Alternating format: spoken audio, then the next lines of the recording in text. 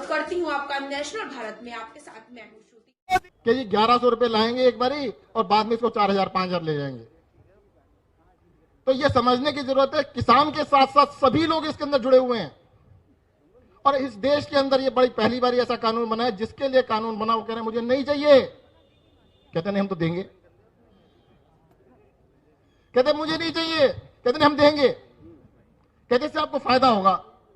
कैसे फायदा होगा बताओ? अभी हमारे एनडी गुप्ता जी ने बताया कि पेट्रोल के अंदर एक्साइज ड्यूटी लगा के केंद्र सरकार ने 15 लाख करोड़ रुपए इकट्ठे किए पिछले 3-4 साल में। 15 लाख करोड़ रुपए। तो वो पैसा गया कहां? आपको मिला? आपके हिस्से में आया? कुछ सस्ता हुआ? 15 लाख करोड़ के सारे पैसे कुछ कॉरपोरेट्स के लिए माफ कर दिए गए, उनके हजारों करोड़ के लाखों करोड़ के लोन माफ कर दिए। आपको दूसरा तरीका बताता हूं कैसे। इस हॉल के अंदर 1000 लोग बैठे हैं, सबके पास 1-1 हजार रुपए हैं। कितने पैसे हुए? 10 लाख रुपए। सबसे कहो जमा कराओ पहले गेट के ऊपर। अंदर का सारा पैसा उनको दे दिया। जनता को पता ही नहीं। जनता क्या कह रही है? मुझे क्या फर्क पड़ता है जी, मुझे क्या फर्क पड़ता है जी। आदमी को लगता है कि मेरे से डायरेक्टली थोड़ा छीने हैं। अरे रोज छीन रहे हैं आपसे। जिस दिन ये दाल आपको 200, 250, 300 रुपए किलो मिलेगी तो आपको पैसे एक एक घर वाले को देने पड़ेंगे, एक एक आदमी को देने पड़ेंगे। जो चावल किसान अपना चावल 1100 रुपए में बेच के आएगा, आपको 5000 रुपए में जब देना पड़ेगा तो आपकी जेब में से पैसे निकाल के 2-4 लोगों की जेब में पैसा सारा चला जाएगा। ये बात किसान को समझ में आ गई है। अभी आम जनता को सबको समझ में नहीं आई। वो सोच रहे पता नहीं जी कानून में क्या है। परंतु अभी संजय सिंह जी ने तीनों कानून को अच्छी तरह बता दिया है। हुआ क्या, जब ये कानून लेके आए, पहले अध्यादेश जारी किया मई के अंदर, फिर जून के अंदर कहते पार्लियामेंट में पास किया। पार्लियामेंट में ऐसे कभी कानून पास नहीं होते जैसे ये किया गया। मतलब नया तरीका निकाला गया, ना कोई बहस ना कुछ, अब बस पास। ना वोटिंग हुई ना कुछ हुआ, पास कर दिया जबरदस्ती।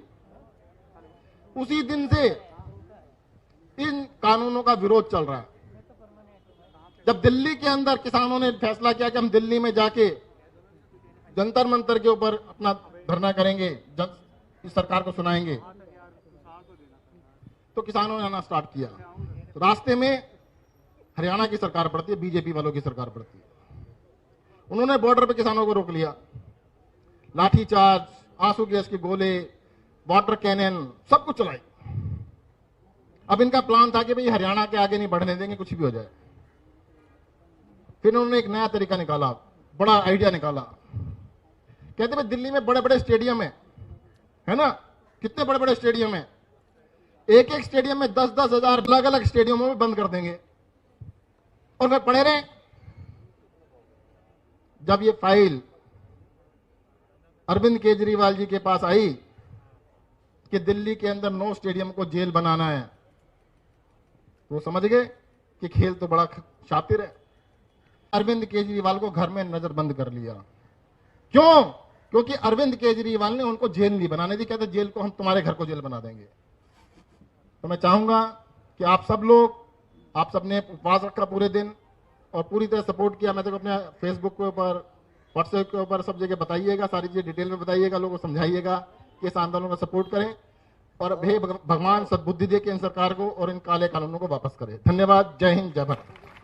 बहुत बहुत शुक्रिया जैन साहब। अब मैं निवेदन करूंगा आम आदमी पार्टी के राष्ट्रीय संयोजक, दिल्ली के लोकप्रिय मुख्यमंत्री आदरणीय अरविंद केजरीवाल जी से कि हम सबको संबोधित करें। जय जवान, जय जवान, जय जवान। एक बार जोर से भारत माता का जयकारा लगाएंगे।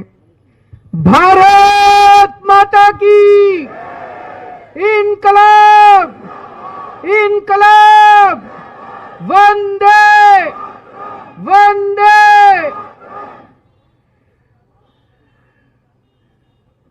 आज पूरे देश भर में जो लोग किसानों के समर्थन में उपवास पे बैठे हैं, उनको भी और जो लोग किसानों के समर्थन में बैठे हैं, किसी भी वजह से उपवास चाहे ना कर पाए, उनको भी सब लोगों को मेरा नमस्कार, सबको मेरा प्रणाम।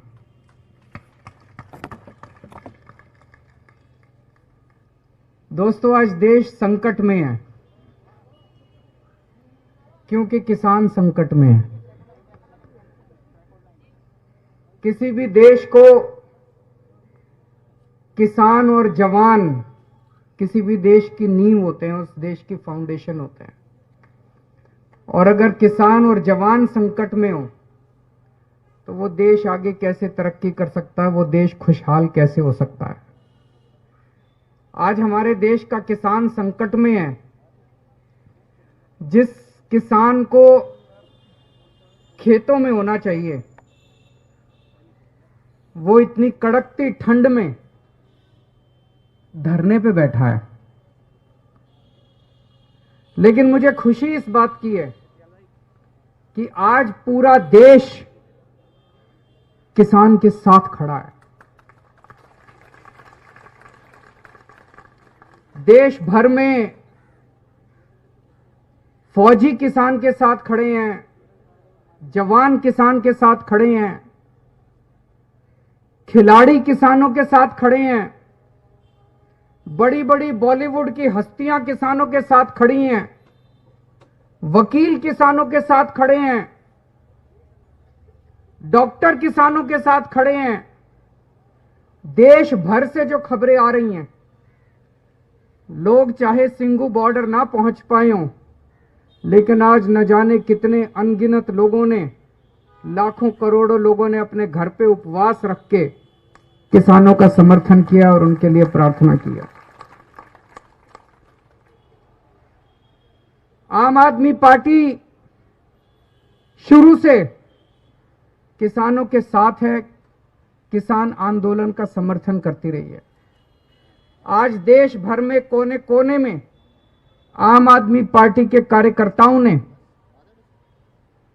या तो अपने घर पे और या सामूहिक तरह से कहीं ना कहीं इकट्ठे होकर उपवास किया, किसानों का समर्थन किया।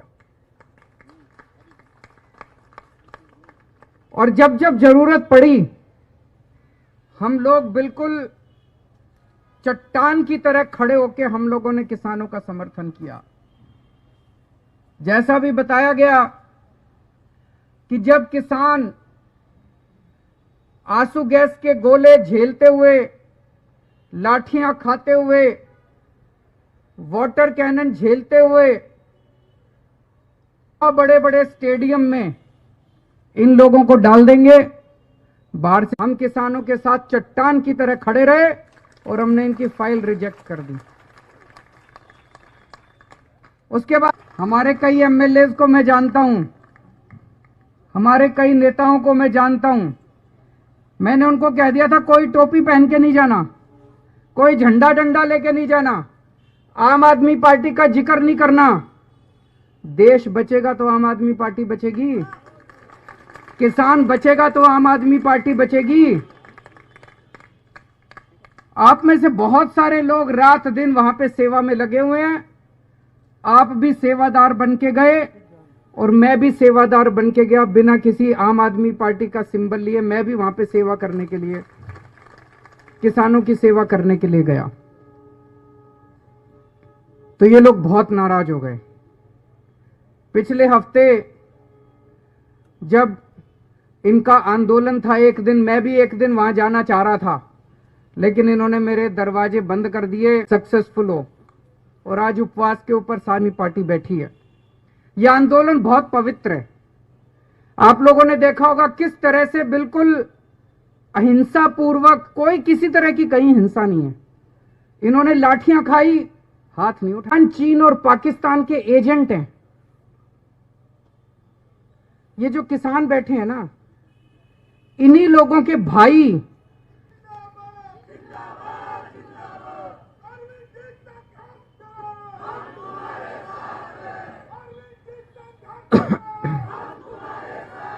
तो ये जितने नेता और ये जो लोग कह रहे हैं कि ये चीन और पाकिस्तान के, और आप ये सोच के देखो कितने ऐसे किसान हैं देश भर में, एक ही आदमी के दो बेटे, एक किसान बन गया और एक जवान बन गया। गलत तो नहीं कह रहा जी? ऐसे बहुत सारे लोग हैं। कितने परिवार हैं, एक बेटा फौज में और एक बेटा खेत में।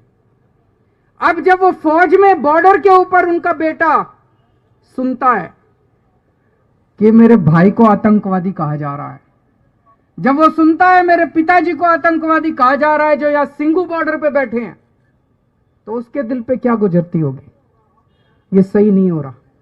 जितने लोग ये राजनीति के तहत किसानों को गालियां दे रहे हैं, किसानों को भला बुरा बोल रहे हैं, मैं उनसे हाथ जोड़ के अपील करना चाहता हूं, ये बंद करें, गंदी राजनीति करना बंद करें। दूसरा, अभी जैसे काफी विस्तार में आपको समझाया गया, ये कानून केवल किसानों के खिलाफ नहीं है, ये कानून इस देश की आम जनता के खिलाफ है। इस कानून के आने से बेइंतहा महंगाई बढ़ेगी। इस कानून के अंदर महंगाई बढ़ने का लाइसेंस दिया गया है। महंगाई बढ़ना एक तरह से कानूनी जामा पहना दिया गया। मैं प्याज की जमाखोरी कर रखी है, करते हैं कि नहीं करते? महंगाई क्यों होती है? महंगाई इसलिए होती है, कुछ लोग सारा प्याज खरीद के जमा कर लेते हैं अपने स्टोर में, मार्केट में प्याज नहीं आता, मार्केट में प्याज की तंगी हो जाती है, इसलिए प्याज महंगा हो जाता है। दाल क्यों महंगी होती है? कुछ चंद पैसे में जब दाल आती है तो दाल सस्ती हो जाती है। यही करती है सरकार। अब इस कानून में लिखा है कि कोई भी आदमी कितनी भी जमाखोरी कर सकता है, ये अलाउड होगा। अभी तक जमाखोरी करना कानून में भी अपराध माना जाता था और शास्त्रों में भी पाप माना जाता था। किसी भी धर्म के शास्त्र उठा के देख लो, भाई साहब कहते थे जमाखोरी करना पाप है। पाप मानते थे नहीं मानते थे? कानून में कहते थे अपराध है। तो जिन जिन लोगों के पास पैसे हैं वो तो 2-2, 3-3 साल तक सामान स्टोर करके रख लेंगे। कितनी महंगाई हो जाएगी, कितनी महंगाई हो जाएगी। तो इस कानून में लिखा है कि अगर 1 साल में महंगाई डबल हो जाएगी तभी रेड मार सकती है सरकार, नहीं तो रेड नहीं मार सकती। मतलब किसी, मेरे को पता भी है, मैं मुख्यमंत्री हूं, मेरे को पता है दाल के दाम बढ़ रहे हैं और इस आदमी ने स्टोर कर रखा है, अब मेरे हाथ काट दिए, मैं रेड नहीं मार सकता, उसकी दाल बाहर नहीं निकाल सकता। उसमें लिखा है कि ₹1 किलो और अगली साल 100। तो 4 साल के अंदर गेहूं 16 गुना महंगी हो जाएगी। 16 गुना महंगी 4 साल के अंदर। समझ रहे हो आप लोग? ये कानून में लिखा, इतनी महंगाई हो जाएगी, इतनी महंगाई हो जाएगी, भाई साहब तनख्वाह बढ़ेगी नहीं, बच्चे पालने मुश्किल हो जाएंगे। तो ये पूरा कानून किसानों के खिलाफ है, आम आदमी के खिलाफ है। केवल और केवल कुछ चंद पूंजीपतियों को फायदा पहुंचाने के लिए कानून लाया गया। तो मेरी सब लोगों से गुजारिश है, ये मत सोचना कि किसानों पे एहसान कर रहे हो। कोई एहसान नहीं कर रहे। ये कानून अगर आ गए, सारे के सारे लागू हो गए, लागू तो हो गए, ये बंद खत्म नहीं हुए। किसान बड़ा एहसान कर रहे हैं तुम्हारे ऊपर, जो बैठे हैं वहां पे। इस देश के लोगों पे किसान एहसान कर रहे हैं, जो कह रहे हैं ये कानून वापस लो। तो अपने को सबको इसकी खिलाफत करनी है। आज आम आदमी पार्टी एमएसपी गारंटी देने वाला कानून इस देश के अंदर लाया जाए। आज पूरा दिन मैंने भी, आम आदमी पार्टी के कार्यकर्ताओं ने देश भर में उपवास रख के इन किसानों की मांगों के समर्थन में प्रार्थना की है।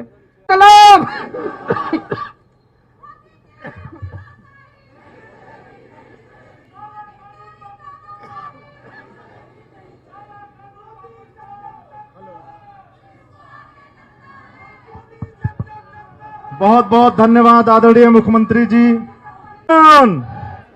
जय जवान। और उसके बाद यहाँ पर जो मंच पर साथी हैं, यहाँ पे अपना उपवास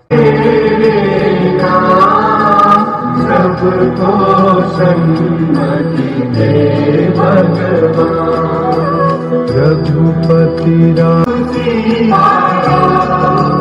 ईश्वर